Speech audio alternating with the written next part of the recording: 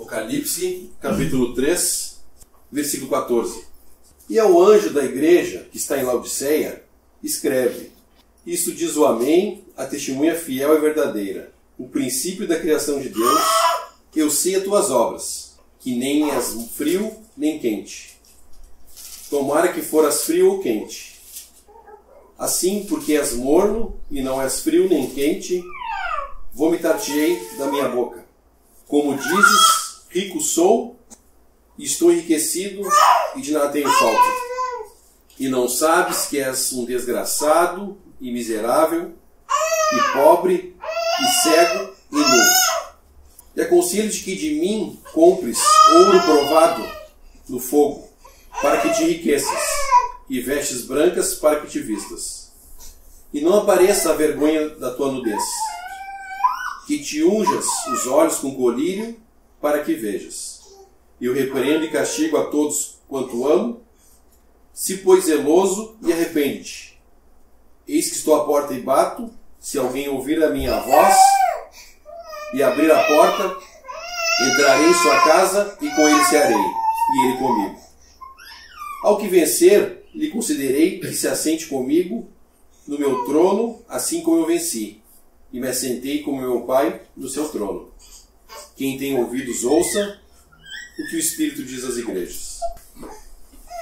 Nós temos aprendido que essas 7 cartas do Apocalipse são cartas que o apóstolo João escreveu para 7 igrejas, cidades que reuniam, que existiam assembleias, e que elas têm um caráter profético também, nos falando do testemunho da igreja aqui na Terra. O que ia acontecer desde o início até o final, até encerrar essa dispensação da graça. Nós temos aprendido também que nós estamos vivendo esse período aqui de Laodiceia. O interessante, eu vi alguns comentários no Facebook. O irmão postou uma postagem, aí os irmãos que são denominacionais começaram a contestar. E aí um irmão que reúne o nome do Senhor, ele fez uma distinção. Vocês são Laodiceia. Eu fiquei pensando naquilo ali.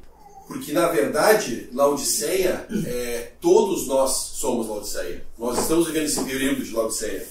Porque, profeticamente, Laodiceia é o caráter do testemunho em geral.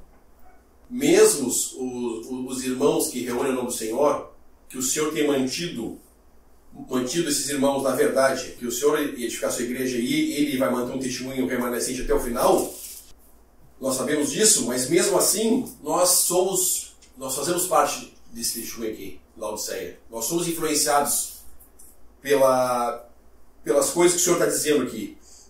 Que aqui o Senhor está julgando o que está ruim. Essa carta aqui, infelizmente, a maioria das coisas está muito ruim em relação a esse testemunho.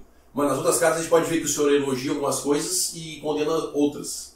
Mas, na prática, a verdade foi restaurada em 1800, em Filadélfia.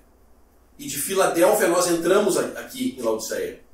Porque depois que o Senhor restaura a verdade, os irmãos voltam a partir o pão, restaura a mesa do Senhor, houve divisões dentro então tem outras pessoas dizendo que é o nome do Senhor também. Junto com o catolicismo, com as denominações que saíram do catolicismo. Então, a nossa posição tem que ser em humilhação.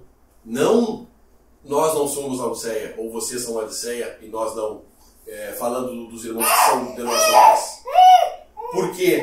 Porque se a coisa piorou, nós somos culpados também da mesma forma. Porque o Senhor traz em Filadélfia, que é um testemunho antes, muita verdade para os irmãos. Eles foram expostos a muita verdade. Foi resgatada, se tiraram dos postos e trouxeram muita a verdade à tona. Só que mesmo assim, houve problemas, e houve divisões dentro daqueles que foram separados. E paramos aqui em Laodiceia. Então eu queria frisar esse versículo que fala da monidão, o 15 e o 16. Eu sei as tuas obras, que nem és frio nem quente. Tomara que foras frio ou quente. Assim, porque és morno e não és frio nem quente, vomitar-te-ei da minha boca. Então essa mornidão, ela atinge todos nós. Todos nós. mesmo aqueles que estão apartados, que estão desfrutando de uma maior porção de verdades, que estão desfrutando da presença do Senhor, ela nos atinge, juntamente como atinge todo o testemunho, tanto os denominacionais, o catolicismo, os que reúnem o nome do Senhor. Nós somos atingidos pela característica desse tempo aqui, desse período de testemunho. Porque não teria como ser diferente. Nós estudamos as dispensações, no feriado de carnaval, todas as dispensações, tudo que Deus colocou na mão dos homens, os homens deixaram cair. E mais uma vez, falhamos, a igreja falhou também. No início, que os irmãos se apartaram por volta de 1826, pregaram o Evangelho da Graça, muita gente se converteu ao Senhor, muitas pessoas abandonaram o sistema religioso e se apartaram, mas só que a ruína se introduziu de novo e agora está acontecendo o contrário. Cada vez menos irmãos. Aqui no Brasil, os irmãos que vêm de fora, eles se espantam, porque fora do Brasil a tendência é diminuir. Nas assembleias do Canadá, dos Estados Unidos, um casal, poucos irmãos. Eu creio que essa unidão nos afeta muito, muito, muito. A todos nós. E também nós podemos ver no versículo 20 que a forma que o Senhor ia tratar nesse testemunho de Laodiceia seria uma forma individual. Versículo 20. Eis que estou à porta e bato. Se alguém ouvir a minha voz e abrir a porta, entrarei em sua casa e com ele cearei, e ele comigo. Então, está muito claro aqui, o Senhor não está na massa professa, né, do testemunho todo, porque aqui está falando de todo o testemunho cristão. O Senhor está fora, batendo a porta, e é uma coisa individual. Entrarei em sua casa e com ele cearei, e ele comigo. Esses poucos que o Senhor está mantendo, fica muito claro que é o Senhor que está mantendo. Por o fato de nós termos aberto a porta, ouvindo a voz do Senhor, o Senhor está mantendo nossos corações aquecidos, o Senhor mantém a sua verdade onde Ele coloca o seu nome, nós sabemos também disso. E tem um versículo em Filipenses, que é o que nós estamos estudando, Filipenses capítulo 2, 19.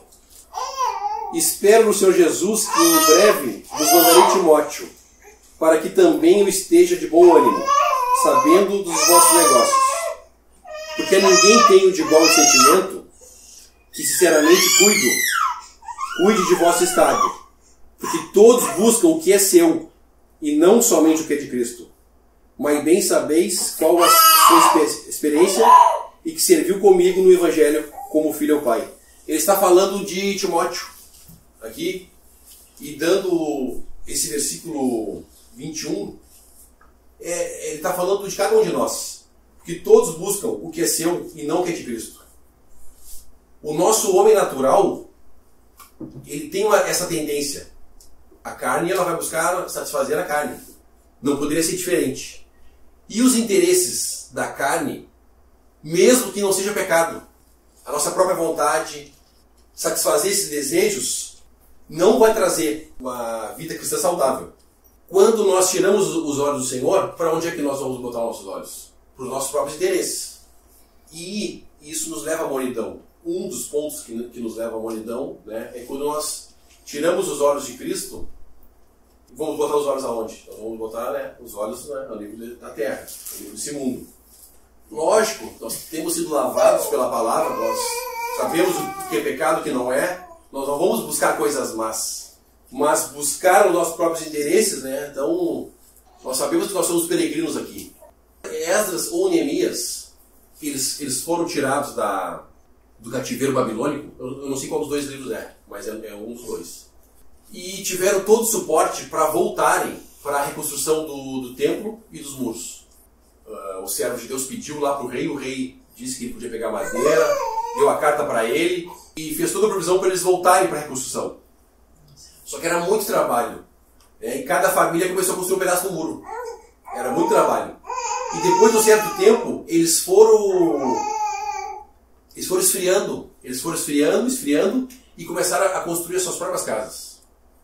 Eles voltaram a edificar. Então demorou muito tempo para ser edificado o templo e o muro. Neemias, né, ele faz uma exortação. O Senhor move Neemias a fazer essa exortação para o povo. Porque, na verdade, eles esfriaram, né? Voltaram do cativeiro. Muito bom, chegamos agora em Israel de novo. E aplicando isso para a nossa dispensação, né, nós fomos salvos pelo Senhor, fomos tirados da escravidão do sistema religioso. Muita alegria, a gente se alegra muito quando o Senhor começa a mostrar a verdade para nós, do centro de reunião, onde o Senhor coloca o seu nome.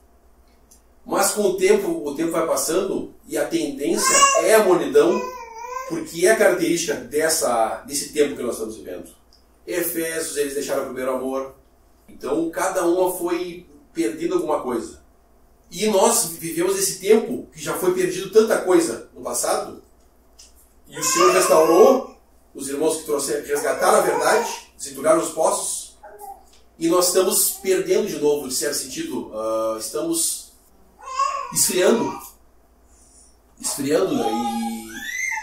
e tem um irmão que fala que o exercício, a prova para a igreja hoje é esse, conseguir superar, né, a tendência nossa, natural, do homem, a buscar nossos próprios interesses, e também a do tempo que nós vivemos, que é a Laodiceia, na mornidão, e individualmente com o Senhor, né, abrindo a nossa porta, como fala lá, e deixando o Senhor entrar, o Senhor em comunhão com o Senhor, sendo conosco. Isso quando fala sentarei com Ele, cearei com Ele, é nós termos uma comunhão individual com o Senhor.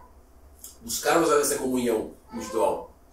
Que é a única coisa, sempre foi a única coisa que manteve a igreja, os salvos. Em todas as dispensações era a comunhão com o Senhor. E é olhar para Cristo, né? Tem a outra passagem que eles estavam cortando lenha e o jovem estava com o machado emprestado. E ele perdeu o machado, caiu na água o machado.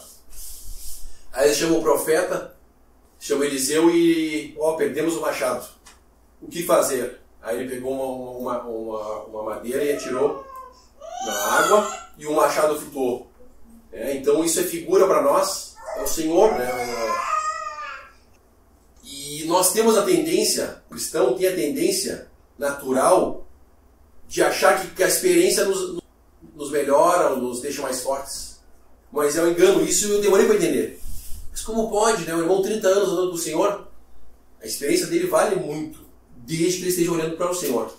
No momento que nós tiramos os olhos do Senhor, nós vamos tropeçar, muitas vezes não vamos tropeçar, nós vamos buscar nossos próprios interesses, e da mesma forma não é um testemunho válido para o Senhor. Nós podemos pensar em Davi, um homem exercitado pelo Senhor, experiente, venceu Golias, estava no trono, e no momento que ele não vai batalhar, né, talvez ele estava cansado, e era a época dos reis saírem, ele não saiu, e foi a oportunidade dele tropeçar, e por um longo período ele teve um pecado encoberto que ele não confessou, né, ele teve um período grande com comunhão cortada com Deus, ao ponto de Deus ter que mandar o profeta falar com ele. Então os olhos do Senhor é o remédio para todos os problemas que nós temos. E muito mais, né, sabendo que é um tempo final, é um tempo de ruína mesmo, é um tempo que o testemunho está se gloriando, dizendo que é rico, como nós lemos lá em Apocalipse 3. Nós temos as verdades, nós temos acesso a todas as verdades, fácil acesso. Nós comentamos na reunião passada que o privilégio que nós temos hoje aqui no Brasil, não tem perseguição contra cristãos, nós podemos reunir qualquer dia da semana, nós podemos distribuir folhetos em qualquer lugar, não temos represália, mas temos esse perigo da mornidão que nos afeta, né? A todos nós. E o pensamento não deve ser de orgulho, e nem de que somos superiores àqueles que estão nas nações. Pelo contrário, é de humilhação, porque o testemunho chegou a esse ponto, né? Nós somos culpados também, nós temos parte, né, nisso também. Interessante que o nome Laodiceia já diz democracia, né, direitos do povo, né? E o irmão Alemão comentou isso nas dispensações, né? E a gente sabe que nas coisas do Senhor nós não temos direitos. Nós temos privilégios nas coisas do Senhor, nós não temos direitos. Né? Filadélfia, o Senhor não tem nada, nenhuma reprovação em relação a ela. Por quê? Filadélfia não falava de si mesma. Ela não falava de si mesma. Como o irmão bem citou ali de Filipenses, que cada um buscava o que era seu e não o que era de Cristo. Laodiceia, cada um começou a buscar os seus próprios interesses, como uma democracia, cada um pensando que tinha direitos nas coisas do Senhor. E aí que foi a queda. E é notável entender também e pensar que Laodiceia saiu de Filadélfia. Esses testemunhos, essas 7 cartas, as 7 igrejas da Ásia, são uma progressão de decadência. A Éfeso, a carta aos Efésios, que Paulo escreve, e Éfeso, que João escreve, que é a revelação de Jesus Cristo, a qual Deus lhe deu, que é Apocalipse, é o primeiro tempo, que é o tempo dos apóstolos. E dali sucessivamente é uma queda, uma atrás da outra, até ter o período das trevas. E quando chega em Filadélfia, o Senhor recupera essas verdades que estavam entulhadas. Aí, o que acontece? Quando se tem acesso à verdade, a verdade pura e genuína, a nossa tendência natural é o que? Se ensoberbecer. A gente se ensoberbecer com essas verdades que são tão preciosas e começar a olhar para os outros irmãos nossos, até nas denominações, como se estivesse olhando de cima para baixo. Porque eles não sabem, a gente começa a julgar os irmãos. Então a gente começa a olhar de cima para baixo. O irmão fala às vezes uma coisa e a gente sabe que ele está equivocado porque ele não tem acesso a essas verdades. E a gente começa a olhar para eles como se a gente fosse melhor que eles, até por ter acesso a essas verdades. E isso faz parte dessa queda, porque vai chegar um momento que a gente vai começar a buscar os nossos próprios interesses e achar que tem direito nas coisas do Senhor. E foi bem frisado porque o caráter é humilhação. Nós contribuímos para esse mal, não estamos isentos, outrora estávamos, isso já foi batido nessa tecla inúmeras vezes e deve ser batido, estávamos outrora nas denominações, pensávamos que aquela forma era a forma correta, fazíamos, ainda que na ignorância, mas com sinceridade, porém sem verdade. Nós sabemos que a verdade tem que andar junto, a sinceridade tem que andar junto com a verdade, né? Senão não é reconhecida como adoração pelo Senhor. E o que acontece? Contribuímos para aquilo ali. O testemunho que nós dávamos era aquilo ali. Ó. Quer adorar a Deus? Tem que ir na igreja. Tem que fazer como eu estou fazendo. Quer servir a Deus? Tem que te esforçar. Tem que pagar o preço. Mas o preço já foi pago. O esforço foi todo do Senhor. Houve uma queda de Filadélfia para Laodiceia. E se cada um na Assembleia começar a buscar os seus próprios interesses, está agindo da mesma forma. Está passando pela mesma queda. Falar de si mesmo é o espírito de Laodiceia. Buscar os próprios interesses é o espírito de Laodiceia. Então é notável isso. Um ponto interessante para entender essa carta ao Apocalipse, ela é dividida em 3 partes, né? Apocalipse capítulo 1, versículo 19. Descreve as coisas que tem visto, e as que são, e as que depois destas hão de acontecer. As que tem visto eram as coisas que João estava vendo nesse capítulo 1 ali. Nós sabemos o Senhor com os olhos de chama de fogo, os pés a latão reluzente, né, cingido pelos peitos com uma couraça, né? E as coisas que são, é o capítulo 2 e 3, que é o tempo que nós estamos vivendo, e especificamente estamos no último tempo, que é a Laodiceia. Então nós estamos terminando esse capítulo 3, profeticamente nós estamos caminhando no final desse capítulo 3 de Apocalipse, ainda que a igreja não é vista na profecia, mas ela está inserida num tempo em que a profecia está sendo cumprida. Ela está inserida, mas a igreja não é vista na profecia, no Antigo Testamento. E aí, o capítulo 4, versículo 1, podemos ler. Depois destas coisas, olhei e eis que estava uma porta aberta no céu. E a primeira voz, que como de trombeta ouvira falar comigo, disse: sobe aqui e mostrar-te-ei as coisas que depois destas devem acontecer. Aí aqui começa a terceira parte desse livro, que é as coisas que vão suceder depois dessas. Dessas quais? Das coisas que são, que é o tempo, os 7 tempos da igreja, capítulo 2 e 3. Quando que vai desencadear as coisas depois dessas? Após o arrebatamento, após a igreja ser tirada, aquele que detém a apostasia total, que é o Espírito Santo, vai ser tirado, aí vai começar a se cumprir o capítulo 4 de Apocalipse em diante. Um ponto, por que eu estou falando isso? Muitas vezes hoje é ensinado, e ultimamente está em maior ênfase ainda, coisas a partir do capítulo 4 de Apocalipse, os 7 selos, as 7 trombetas, as 7 taças da ira de Deus, as 2 testemunhas, a marca da besta. Então tem se falado, o anticristo, tem se falado muito em muitas coisas ultimamente. Os noticiários é falado e agora até já dizem que aquele o Emmanuel Macron, que é o primeiro-ministro da França, o presidente francês, é o anticristo. Até mesmo por causa do nome dele e contagem de votos, que deu 666 a diferença entre os candidatos. Então ele é o anticristo. Só que o anticristo só vai ser manifestado quando as coisas que são tiverem cumpridas. E não foram cumpridas ainda. Então Emmanuel Macron não é o anticristo. Ele faz parte das coisas que depois dessas vão de acontecer, o anticristo. Ele vai ser manifestado. Se agora já estão achando que ele é o anticristo, quer dizer, já está sendo manifestado, não é. Porque ainda não se cumpriu. Então por que eu estou falando isso? Muitas coisas hoje estão sendo faladas a partir do capítulo 4. O inimigo tem usado para tirar o foco nosso. E muitas pessoas que vêm das denominações, até irmãos novos, interessados na verdade, vêm com essas dúvidas. E eles começam a bater nessas teclas aí. Então é importante entender porque as 2 testemunhas que profetizarão, a marca da besta, o anticristo, não está acontecendo, irmãos. Só vai acontecer quando a igreja não estiver mais na terra.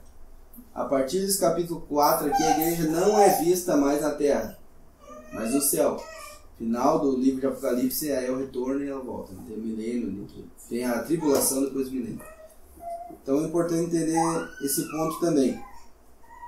O que ele fala aqui, no versículo capítulo 3 de Apocalipse 14, e ao anjo da igreja de Laodiceia escreve: isto diz o Amém, a testemunha fiel e verdadeira, o princípio da criação de Deus. Nós sabemos que nós fomos deixados nesse mundo, já estamos salvos, não perdemos a salvação, então por que o Senhor já não nos levou para estar com Ele? Por que nos deixou aqui? Para servir de testemunho a homens, anjos, o que Deus foi capaz de fazer com pecadores completamente perdidos, arruinados, como éramos, todos destinados ao lago de fogo. E Ele nos salvou. E não só nos salvou, como deu garantia de uma vida eterna, uma vida que não tem fim. E que nós teremos acesso a qualquer momento. Pode ser ainda hoje.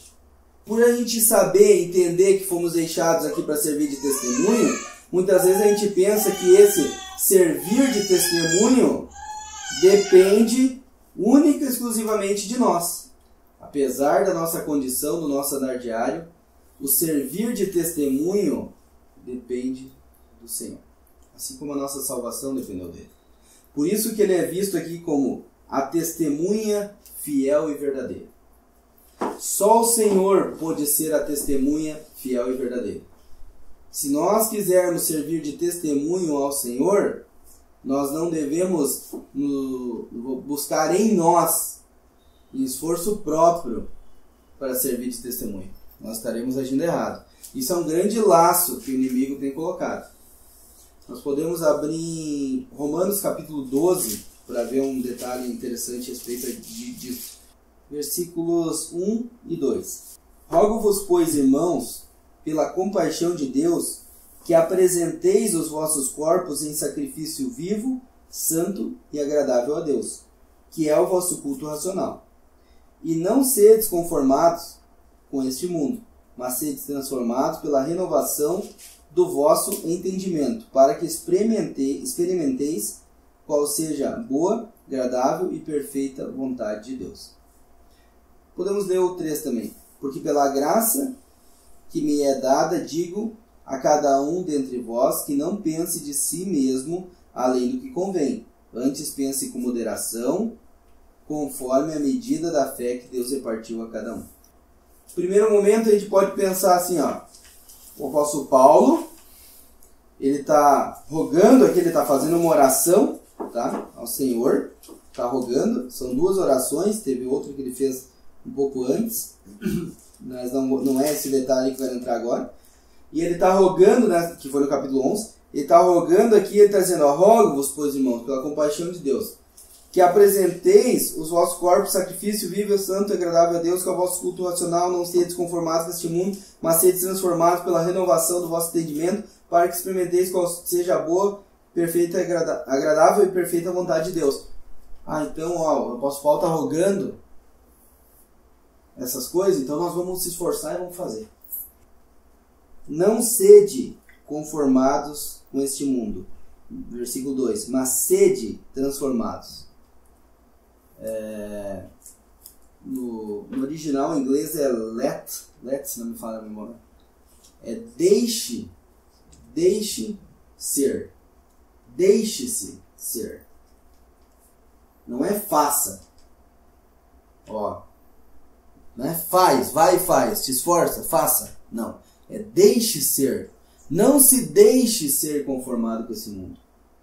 Mas deixe-se ser transformado pela renovação do vosso entendimento. A nossa responsabilidade não é se esforçar em ser um testemunho, irmãos. Esse é um grande laço que o inimigo tem feito. E quando a gente se esforça em ser um testemunho, nós começamos a olhar para nós e para os outros e se comparar com os outros para ver se a nossa medida está melhor que a do outro. E aí estamos no mesmo sentimento de Laodiceia, olhando os outros de cima para baixo. E isso eu já não estou falando de olhar os das denominações, agora falando entre nós mesmos aqui. Então, a nossa responsabilidade é o quê? É se apresentar ao Senhor. Quando o Senhor chama Abraão, pede para Abraão sacrificar o seu filho, Isaac, ele diz, Abraão, eis-me aqui. Toma agora o teu filho, o teu único filho, Isaac, a quem amas, e vai-te à terra de Moriá, e oferece um holocausto sobre uma das montanhas que eu te direi. Eis-me aqui, apresentar diante do Senhor. A responsabilidade do nosso testemunho, ela, apesar de nós termos parte nela, mas ela não depende do nosso esforço.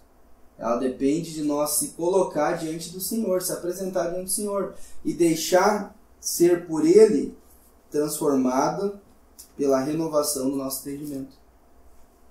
Qualquer esforço nosso, irmão, atrapalha o Senhor. Qualquer esforço nosso atrapalha o Senhor. O apóstolo Paulo ele desenvolve esse assunto em Filipenses, no capítulo 2 que o irmão falou. Nós podemos ler lá em Filipenses também, esse ponto. O irmão leu o versículo 21. Vamos ler o 21. Porque todos buscam o que é seu, e não o que é de Cristo Jesus.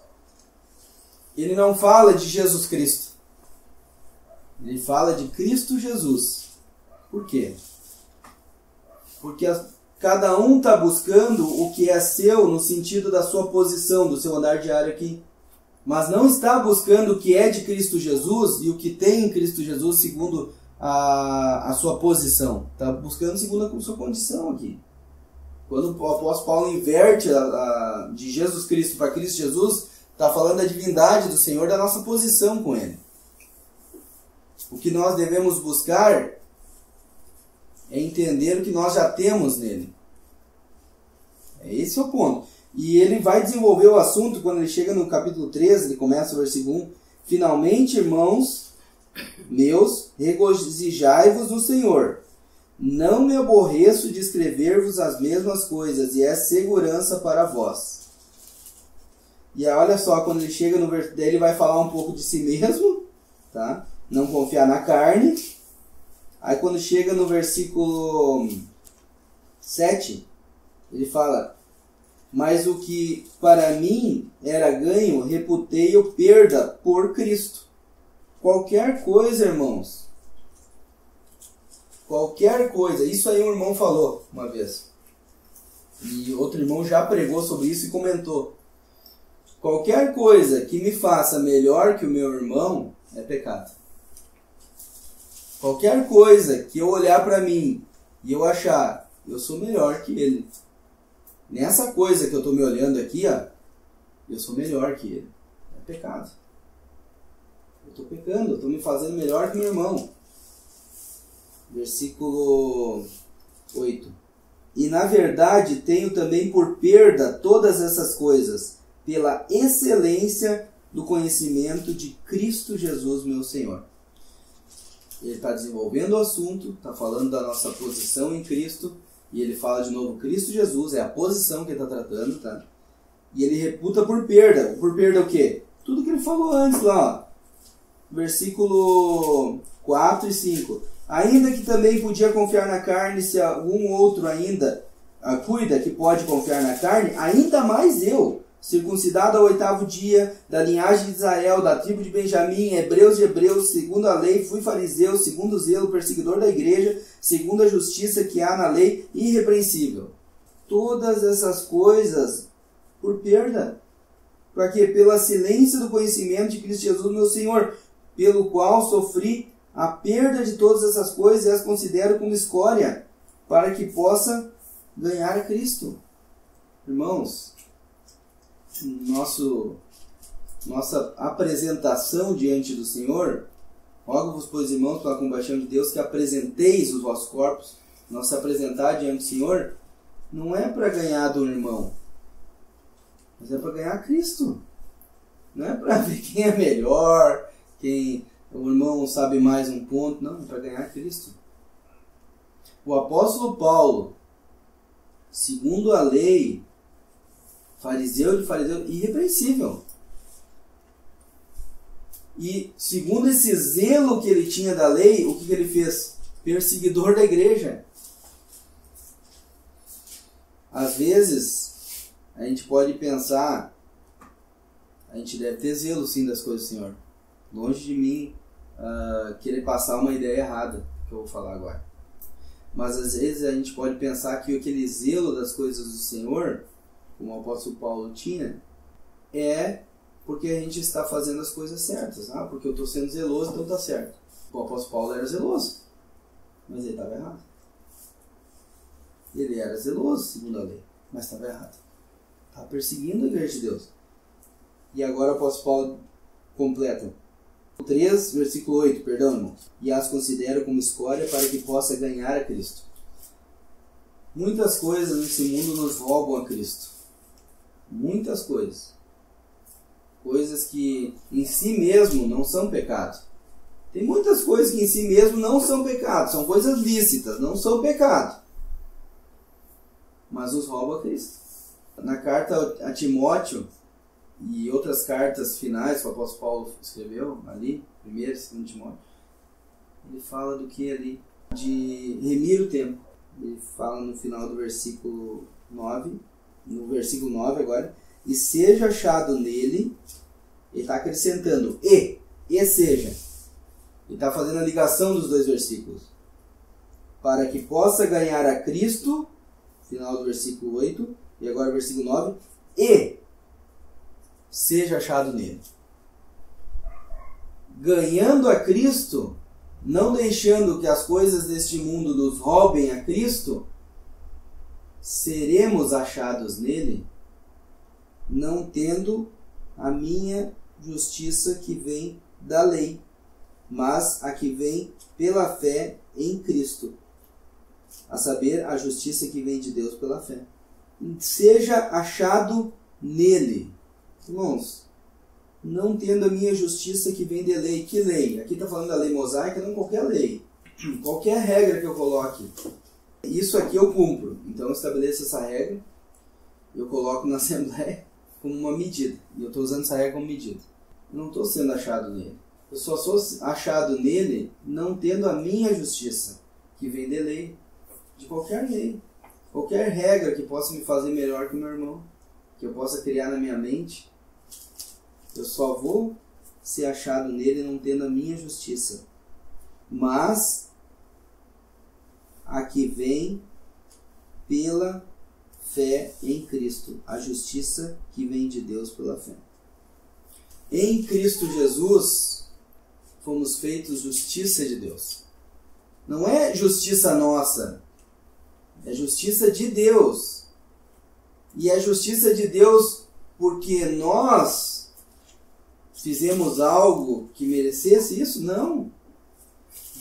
Justiça de Deus é Deus sendo justo para com Deus Pai sendo justo para com seu Filho Jesus Cristo pela obra que Ele fez em nos alcançar. Então, nós não temos parte, irmãos. Nosso andar diário, é importante entender isso, não depende do nosso esforço. Nós precisamos entender que isso é um grande laço do inimigo. Mais um ponto. Romanos capítulo 6. Versículo 1. Que diremos, pois? Permaneceremos no pecado para que a graça abunde? Que diremos, pois? Permaneceremos na justiça própria para que a graça abunde? Não é o pecado que está levando o homem para o inferno. O pecado não vai levar nenhum homem para o inferno. O pecado, Deus providenciou uma solução. Ele providenciou o seu Filho para vir aqui morrer e pagar o preço. E todo aquele que crê nele é salvo. E é selado com o Espírito Santo da promessa. E tem o penhor, a garantia da redenção, da possessão adquirida. Possessão de Deus adquirida, com todos os méritos. Deus sendo justo para com seu Filho, Jesus Cristo, pela obra que Ele fez. Então é o pecado que leva o homem para o inferno. Mas é a justiça própria. E contra isso, irmãos, enquanto o homem tiver justiça própria, não tem remédio. Se o homem morrer na sua justiça própria, ele vai para o inferno. Nós já fomos salvos. Nós não perdemos a salvação. Mas nós corremos o risco de vestir as vestes do velho homem. Não se revestir do novo, que se renova. Pensando na renovação também que fala lá em Romanos 12. Do nosso entendimento. Mas vestir as vestes do velho homem e querer achar que temos alguma justiça própria. Irmãos, não temos. O Senhor vai julgar, Ele está julgando. As 7 cartas escritas às 7 igrejas da Ásia em Apocalipse, o Senhor não é visto como um salvador frustrado. Israel falhou como testemunho.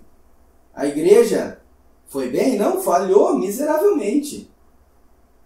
E pior que Israel, porque a igreja tinha revelações que Israel não tinha. E falhou miseravelmente. E o Senhor, mesmo assim, não é visto lá como um salvador frustrado. Ele está julgando. Ele é o que anda no meio dos 7 castiçais de ouro.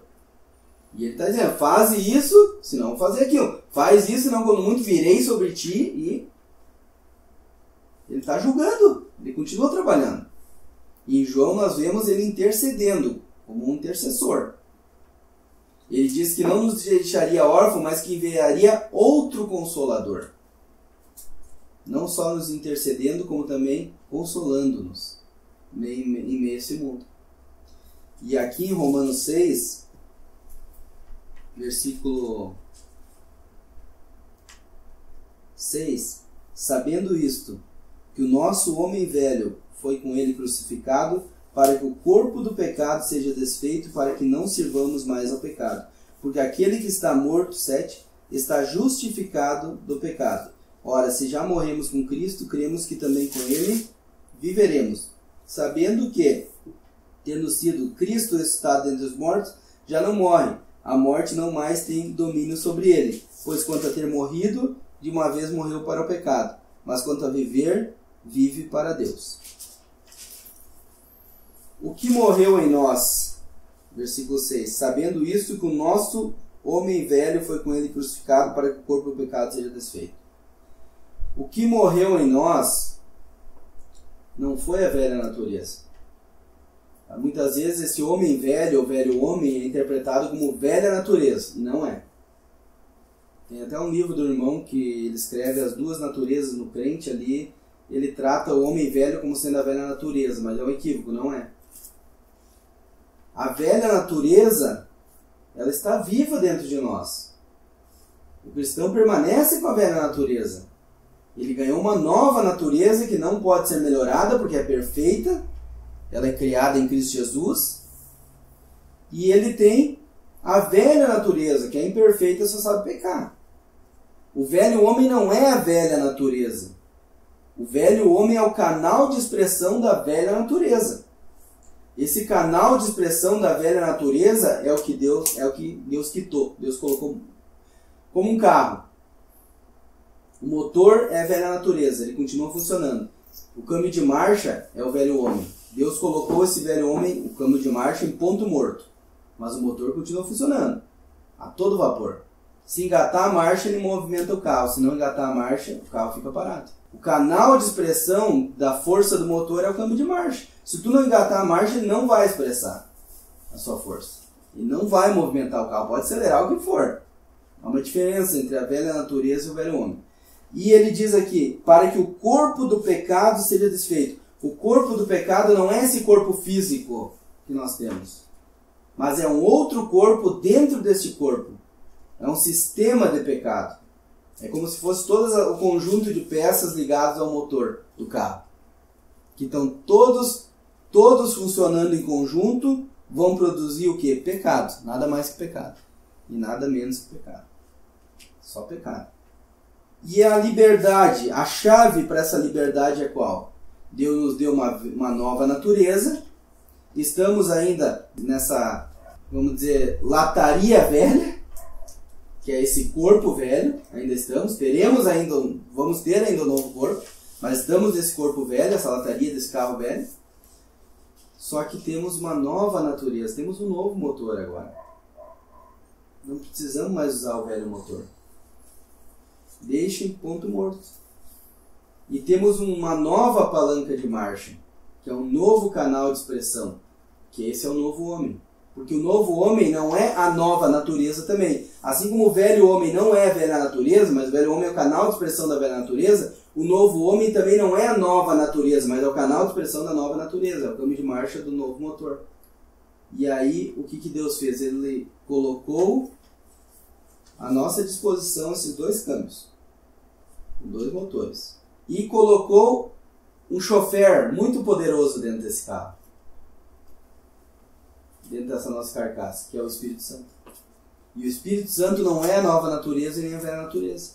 E o que Deus quer que a gente faça? Que a gente sente no banco do motorista e escolha qual câmbio de marcha usar? Ele quer que a gente deixe o chofer para dirigir. Ele sabiamente usará esse câmbio de marcha novo desse motor novo. Porque se nós quisermos usar, nós vamos ficar oscilando. Vou usar um pouco novo, agora vou usar um pouco velho.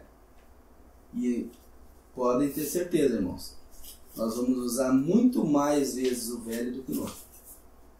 E a chave para essa liberdade, para deixar esse chofer dirigir a nossa vida, é o versículo seguinte, que é o versículo 11.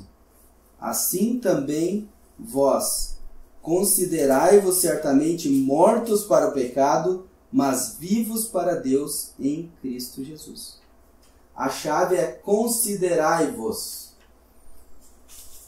Se nós se considerar morto, não tentar fazer algo, mas se considerar morto, o que o morto pode fazer?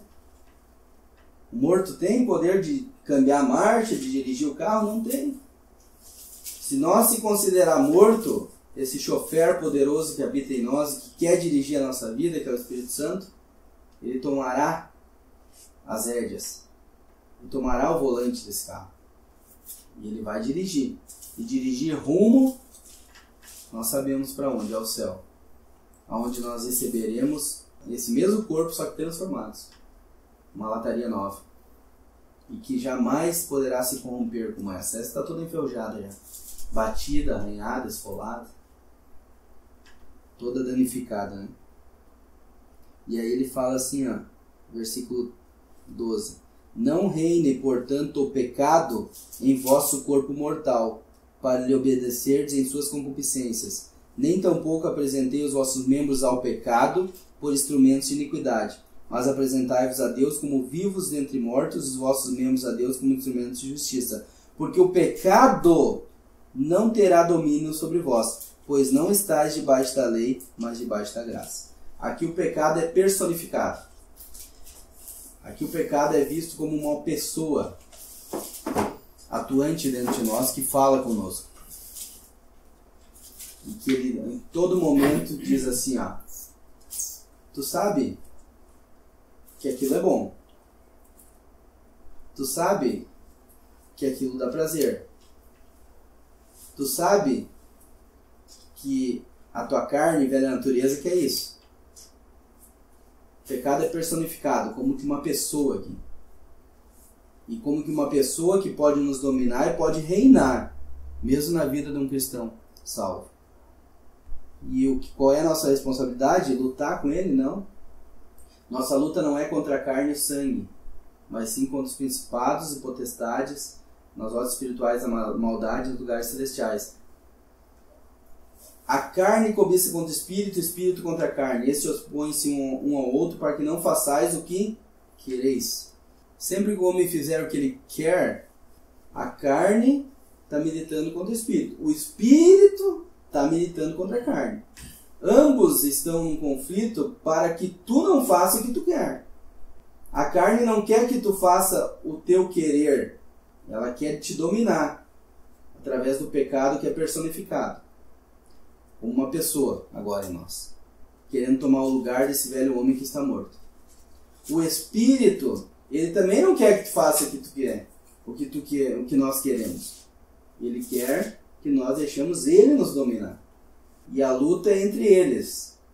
Não devemos nos colocar nessa luta, no meio dessa luta. O irmão Petros já trouxe isso. Nunca se coloque, irmão, entre a carne e o espírito. É uma luta que tu não pode vencer. É uma luta que tu não faz parte. Daí diz, nem tampouco apresenteis os vossos membros ao pecado por instrumentos de iniquidade, mas apresentai-vos a Deus como vivos dentre mortos, e os vossos membros a Deus como instrumentos de justiça. A chave é Romanos capítulo 11. Rogo-vos, pois, irmãos, pela compaixão de Deus, que apresenteis. Nem tampouco apresenteis, mas apresentai-vos a Deus. Se apresentar diante de Deus é a chave para a liberdade. Considerar-se morto ao pecado é a chave para a liberdade. Se esforçar para fazer algo para Deus que vai agradar a Deus, tu acha que vai ter alguma justiça diante de Deus? Achamos que vão ter alguma justiça diante de Deus?